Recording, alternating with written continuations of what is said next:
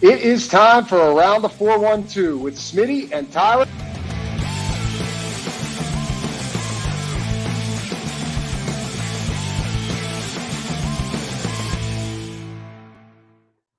Welcome back to another episode of Around the 412. I am Tyler. With me, as always, is my co-host Smitty. You should go follow us on all of our social medias at Around the 412.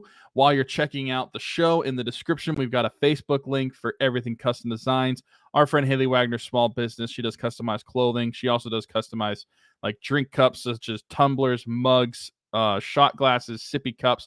And if you're watching over on YouTube, you have very own customized Around the 412 merch. Is got a tumbler right there that Smitty is showing off that he's gotten recently. You can also get some Around the 412 t-shirts and the glass straw. So if you want to go check some of that out, get your very own Around the 412 merch, go check out the Facebook link, hit up Haley. She can get you hooked up. Also, above my head over on YouTube right now, and our longtime sponsor, Keeks Barbershop. If you want to go to Keeks Barbershop and get a pretty sick haircut pretty soon, Smitty's just going to get a beard trim there because he's not going to be able to get a haircut.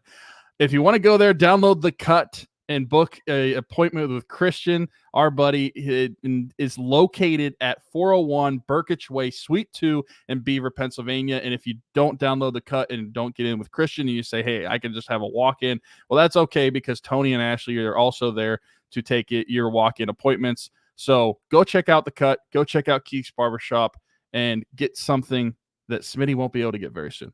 That's rude. I'm sorry. Also, but I'm trying to make it like at least another year, maybe, hopefully. So there's a reason you always wear hats, people. Yeah. Also, going across the ticker, you might notice something new if you're keen to the eye. Going on across the ticker right now, you can see use code AT412, and that is for Game Changers. You've seen Smitty rocking some Game Changers shirts. I need to get some myself, but you can use AT412 at two different sites, GameChanger.la or PickSix.la. I was listening last week or last episode, and I believe PickSix is just football. Game Changer is everything, not just football. But right, you get $10 off your order. Everything else, yeah. You get $10 off your order if you use AT412 over at GameChanger.la or PickSix. What was it? PickSix. LA. They're both LA. Okay, LA. There you go. Yeah, Game Changers, been rocking them for a long time.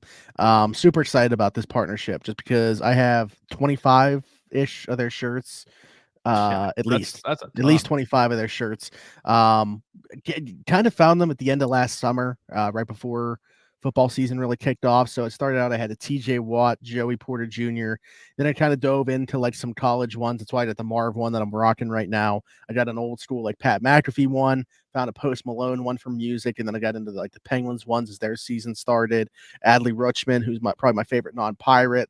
Some WWE ones because they came out with the WWE pack. So yeah, in total, I believe I have 25 Wemby with the Spurs. So yeah, in total, I have like 25 of their shirts now.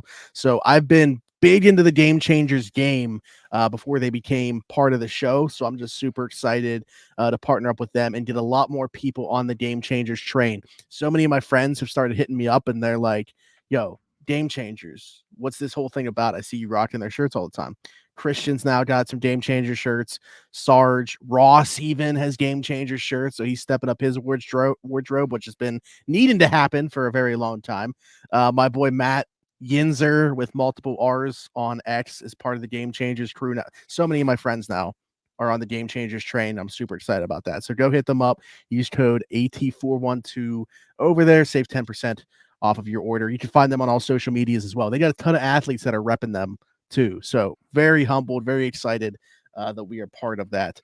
But yeah, let's talk about the Bucs. Oh, also they got Bucs stuff over there too. Clemente, O'Neal Cruz, Kutch, go check, and Barry Bonds. Those are the 4 Pirates representations that they have. Let's talk about the Pirates. Not the greatest series to be coming off to talk about them. Things went as poorly as they possibly could in this past series against the Mets after splitting with the Phillies. It was just one of those series that maybe we got earlier than we anticipated with the way that they got out of the gate, where it was like, can we please just get the hell out of here? Like, I just wanted that series with the Mets to end. It seemed like nothing could go right. They couldn't score. They were finding a way to score just enough because of how good their starting pitching was in the series. Like, Jared Jones was awesome, obviously. Bailey Falter was really good again in the series finale. Martin Perez in the game, but like the starting pitching handing off to the bullpen blew those leads the last couple games in that series. But like I couldn't put full blame on them because it was like, okay, they only scored 3 runs and 1 run. Like it wasn't like an offensive outburst where the bullpen was blowing the lead. They just didn't have much wiggle room to work with. So that's kind of where I'm at with that. The bats went silent. Hopefully they can get them going again. But like really questioning the approach even. Like we came into this season thinking pretty highly of what this offense was going to be able to do. Did we just like completely forget that Andy Haynes was the hitting coach for them still though? Like, I don't know. I feel like we should have had temperate expectations despite the talent just because of what it seems like is like the fundamental approach of the offense, which is just to see as many pitches as possible. Like they're totally fine with working the count 3-2 and then striking out because it meant they saw 6 pitches at bat. Yeah, I think we might have overlooked that part. I also want to mention that this is the first series they actually lose on the season. So we're like 6 series in, and this is our first loss. And they're still 11-8. Like overall, they've been fun, but like I don't know. I'm not saying that like I'm all of a sudden hitting the panic meter, but also in this series, Brian Hayes missed a couple games because of like a back flare up. And then the most Pirates thing ever, Joey Bart gets hit on the head, shagging balls during batting practice, and is experiencing like concussion like symptoms the next day because of it. Like that is describe the Pittsburgh Pirates. That is what my next sentence would be. Is that happening? But that's neither here nor there. 11-8 as we go into the series with the Red Sox. But yeah, a frustrating series for sure. I'm not ready to like throw in the towel on the season, although I would have been if O'Neal Cruz actually did get hurt in that last game of that series. But yeah, there's some concern there for me from the bullpen, which is supposed to be a strength in the approach at the plate. The starting pitching continues to be the story, though, for me. Like them being better than I expected. Bailey Falter's been good. Like ever since that first start, he's been a legit starting pitcher for this team. He's been a legit starting pitcher. Jared Jones has been awesome, and he's the 4th guy ever to have 7+ strikeouts. Talk about that, by the way. Jared Jones, and like pulling him. Yeah, a lot of people were upset that he got pulled at 59 pitches, which, by the way, 50 strikes in 59 pitches is absurd, especially for a guy that, again, coming into the season, I think the one concern with him probably would have been, is this guy going to have enough control to be a starting pitcher? Like, that was what the talk was.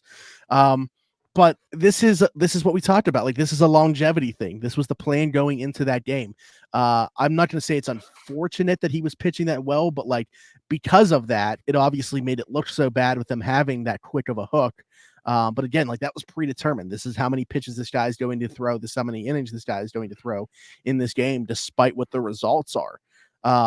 And that's the way that he's going to be handled, maxed out at 122 innings. I think we talked about that a couple weeks ago, but this is why I said, I think you could see him and Steens almost combined to give you maybe a starter and a half, but certainly not 2 full starters worth of innings. Just because I don't see them stretching both those guys out in that capacity, because I think they kind of learned their lesson with Jameson Taillon. They brought him up in a way and didn't really let him do this the way that they are kind of going about Jared Jones' progression. And I think that it's kind of them saying, okay, we saw how this went in the past.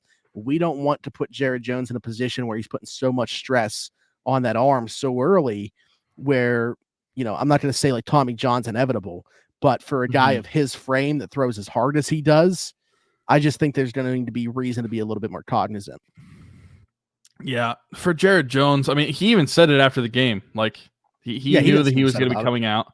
He didn't seem upset about it. He basically, I mean, I don't know if it's verbatim, but like he basically said, like, do you want me to get shut down, or do you want me to be playing meaningful games like late in the season? Like that's basically the question that was posed, and that's kind of what we're alluding to. Like, do you want a player like that to get shut down because he's thrown too many pitches and it's his first MLB season, or do you want to see him pitching in late September and have it actually mean something? So I have no problem with them pulling him. It's just literally unfortunate that Luis Ortiz comes in and that's the runs that lose them the game. And I mean, that'll happen. It's not something that we are, but the one thing I will say is that it's happened a few times recently, and that was what would probably give me some pause, because after which game was it? It was Michael Perez pitching, and then who came in and they just immediately blew the game? I'm trying to no, wait, it was the complete game. It was David Bednar. Yeah. That was the last game of a different series, though.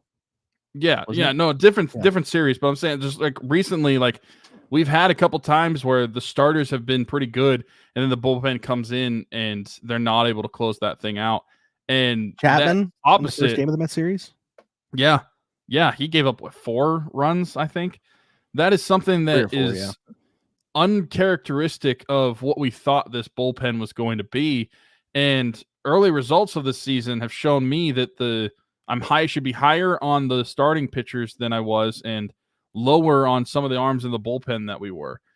And I mean, this is part of the ebbs and flows of a season. Like, I get it. Like the fact that they are like 6 series in, they've just lost their first series, and then they've lost 6 out of their last 8 games. If you're going back to that last game against Detroit, whenever we last recorded, like that's going to happen. So I'm not worried about the season. I'm not worried about the longevity of this team, but it's just unfortunate the way they've been losing some of these games. And even when you get good pitching outings from both your bullpen and your starting pitcher, recently they haven't had the bats. I mean, I was looking at their last 7-game stretch, and looking at some of these guys, like, and some key contributors too. Oneil Cruz batting in his last 7 days, batting 115, on base percentage is 148. Brian Reynolds is still doing well, batting 286, and on base is 423 over that stretch. That's really good. But then you got guys like Roddy Tulez, who hasn't been hitting the ball, 167 and 211 on base percentage. Henry Davis still hasn't turned around his bat a ton. Like there's guys that are up and down the lineup. The bats just went cold. And I think like the platoon at first, right, with Rowdy Tellez and Connor Joe, that started out so well. Michael A. Taylor, which like we didn't expect him to play like he did in those first couple series for an extended period of time, but they were getting production from there, and then all of a sudden aren't. So that explains why we've seen that dip. Yeah. And coincidentally enough, someone who was dipped the entire first couple weeks of the season and has been pretty good as of late, Andrew McCutchen. Also, shout out to Kutch, able to get his 300th home run, and it was hit to a Pirate fan. Couldn't have scripted it up any better. So if it wasn't going to happen in Pittsburgh, it at least happened for another team that he played for and was in the state of Pennsylvania. So probably the second best that it could have been if it wasn't going to happen in PNC Park. Yeah, but he's been swinging the bat better lately. Well, think about it. Like the beginning of the season was basically spring training for him, because he didn't really get many at bats in spring because of coming back from the Achilles. And like I don't know that I can use that same what's the word I'm looking for? When I'm excuse. I don't know why that word wouldn't come to me. I don't know if I can use that same excuse for Oneil Cruz, because Oneil Cruz was lighting it up at spring training. But with how much baseball he missed in a sport that is so much about timing from an offensive perspective, like it doesn't necessarily surprise me that Oneil hasn't gotten off to the best start offensively for that reason. So I know that he played well in spring training. This is a whole different ball game. I'm not necessarily surprised there. But yeah, there's obviously got to be guys that pick up the slack. You can't have all the guys go cold at the exact same time. And that to me is where it becomes a product of the hitting coach. Like if you got, a couple guys that aren't hitting at the time, but you have a couple guys that are really hot, that makes up for it. And that is typically what you have when you talk about a 162 game season with 9 different hitters. But if everybody is trending in the wrong direction, what does that say? Yeah, it's not a good look for Andy Haynes. I mean, I don't think we brought him up once, thinking about it now, this offseason when we were talking about the lineup. It didn't even cross our mind. The last time we talked about him was probably the end of last season, saying that we didn't want him back. And then we just completely ignored the fact that he was still going to be back and had heightened expectations for the offense. Yeah, and to be fair, I do still think that the expectations were warranted, because I do think that top to bottom, the lineup is better player for player if you compare it to parts of last season. But I think that when you bring him as a factor into everything, then stuff like this is going to happen. And that's the unfortunate part, is that I don't know what it like. Does baseball fire people mid-season outside of like managers? Like, do they fire hitting coaches mid-season? Yeah. Yeah, we've seen it. Okay, then they should do it. I think the Yankees just did it last year. Well, then they should do it because we saw it. I'll even extend it back to last season. Whenever, I literally just said that the lineup was worse last season, but you had times where your lineup was just cold. If you're going to have a continuation of that into this season, then something has to change personnel-wise. And if he's going to continue to have them pitch or take at bats like that, like, I want you to take at bats to get the ball in play and to get on base, not to take as many pitches as possible. So yeah, I would definitely change that philosophy. And that could be part of the reason that and that's probably part of the reason that small ball does them so well, because I feel like that's a small ball type of offense mentality. And a lot of the games that they play, they get all their runs in chunks. And I feel like that mentality isn't going to work when you're trying to have a very explosive offense. So I feel like you need to be more on the attack than more passive when you're in these at bats. Yeah, I mean, I 100% agree. We'll see, if they're able to break out of this. Maybe they just need some home cooking, getting back in front of the home crowd over this weekend against the Red Sox, which I will be there on Saturday for. But tomorrow night, I'm interested to get your perspective on this, because I don't know that we would have necessarily been super excited to say this in the past, but with Marco Gonzalez going on the IL, we knew that there was going to be somebody else starting Friday's game. People were waiting to see if they skip Paul Steen, start down at AAA. It's going to be Quinn Priester coming up. But are you excited about this? I mean, in the couple starts he's had at AAA, he certainly looked like a different guy, in my opinion. But there's obviously the thought there, okay, maybe he's good enough for AAA, but not good at, like, one of those tweeners, a quad A player. Has that thought occurred to you, or are you just like, this is a clean slate, fresh start, I'm excited to see him back up here? A little bit of both. I think that thought has definitely occurred to me, that the kid might come up to the MLB level again and get absolutely shelled like he did last season. That's a very realistic option, and it wouldn't surprise me in the least. But I'm very curious still to see what he looks like. It's a new season, had a full off season of training and getting ready for this level. Had a good start to the season. I think that he has deserved a second chance when it comes to coming up here. I mean, I relate it to a guy like, and we just talked about a quad A player, another quad A player. It seemed like in the Pirates rotation a few years ago, Tyler Glasnow. I think of you can relate it to him, where at the AAA level he was an awesome pitcher, but once he got to the MLB level, for some reason. And I feel like a lot of that had to do with the pitching philosophy of the Pirates back then, and him not being able to pitch the way he did, because you look at what he did when he got to Tampa Bay, and it's just a completely different player. So maybe there's a little bit of that too, but I'm very curious still what Quinn Priester will look like in this start on Friday. I hope he does well, because this is a highly touted guy who's a first-round pick, friend of the show, by the way.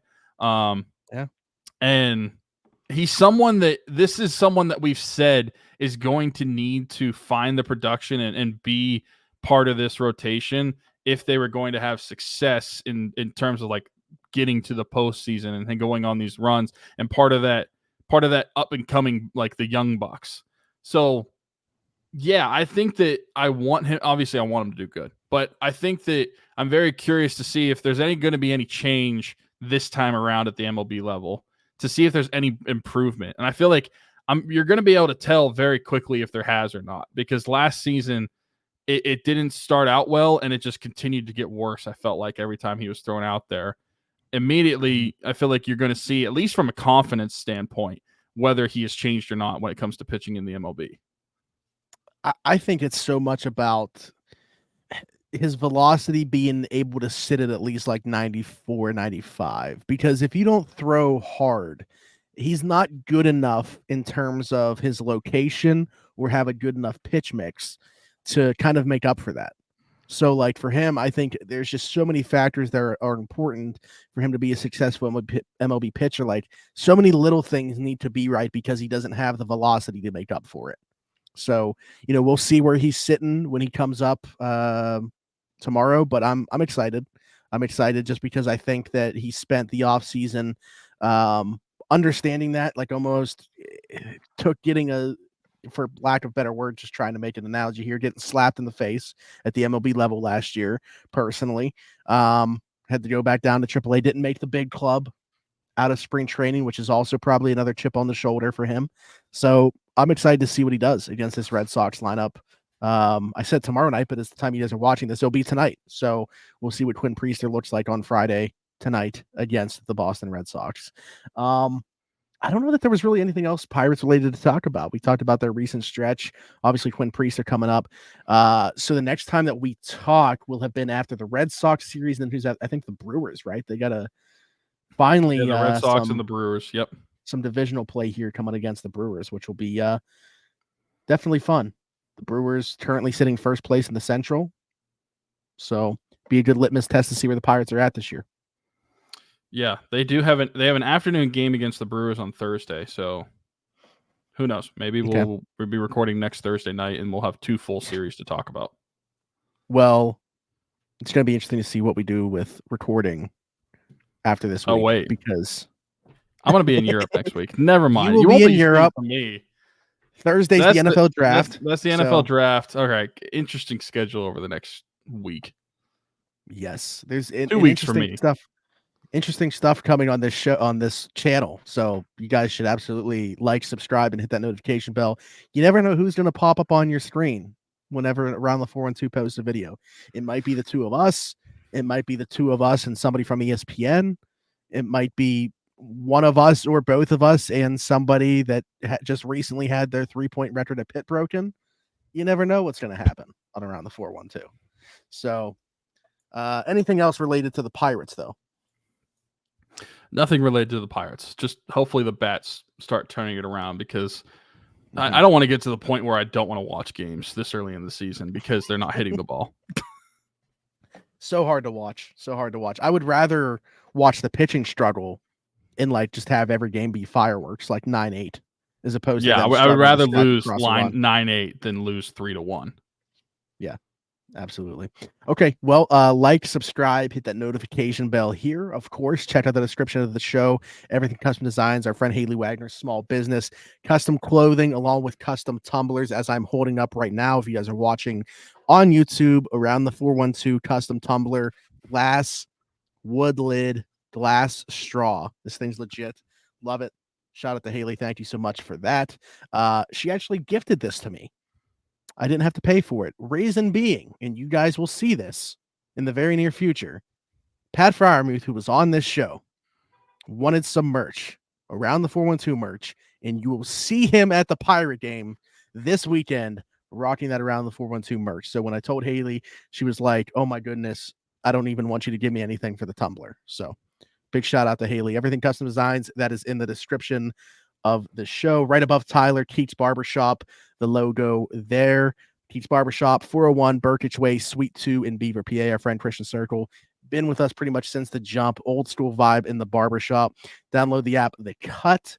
Book an appointment with him, or if you want to walk in, Tony and Ashley can take you as well. They do a great job over there. I don't want to slight them to talk up Christian. So Keats Barbershop, 401 Burkitch Way, Suite 2 in Beaver, PA. And then also Game Changers recently coming on board. Use code AT412 at GameChanger.la or PickSix.la to save 10. I almost said 10%. It's not 10%. It's way more than 10% potentially. $10 off of your order over at GameChanger.la or PickSix.la. I'm actually rocking one of their shirts right now, as I mentioned at the beginning. Not the best visual, but Marvin Harrison, with the NFL draft being a week from today, I'm repping my boy OH. IO. Thank you. All right, there it is. I was curious if I was gonna get it. I thought I was gonna have to do it myself. I was giving you like at first I was like, what are you talking about? And then I put 2 and 2 together. I got there.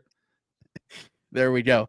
So big shout out to Game Changers. I've been rocking their stuff for a long time. I'm so excited that they came on and we're partnering up with them again. So AT412 also, up to 5XL on their shirts as well. So they support the big boys too. Support, and if you get that in like the like what I'm marking right now in the pepper, that's oversized, so it's basically a 6. So yeah, they're really supporting the big boys over there. I know you get on Pittsburgh Clothing Company for not only having up to 2XL. You don't got to worry about that with Game Changers. Yeah, freaking 2XL. What are they doing over there? Anyways, appreciate the support as always. Like, subscribe, hit that notification bell. Hit us in the comments. Let us know your thoughts about anything that we talked about, where your panic meter is this early in the Pittsburgh Pirates season, how excited you are for Quinn Priester. And man, cannot wait for Paul Skeens. Hopefully just a couple more weeks, if that, before we see him. So for Tyler, for Smitty, this has been the Around the 412 Pirates show. We'll see you guys next week. Until then, bye-bye.